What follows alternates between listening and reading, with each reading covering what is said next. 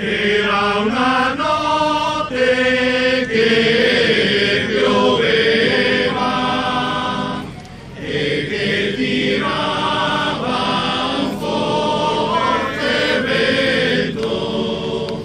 Immaginatevi che grande tormento per un alpino che sta a vegliare.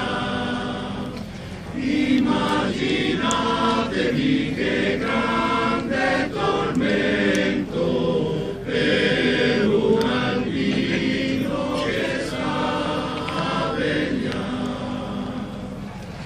A mezzanotte arriva il cambio, accompagnato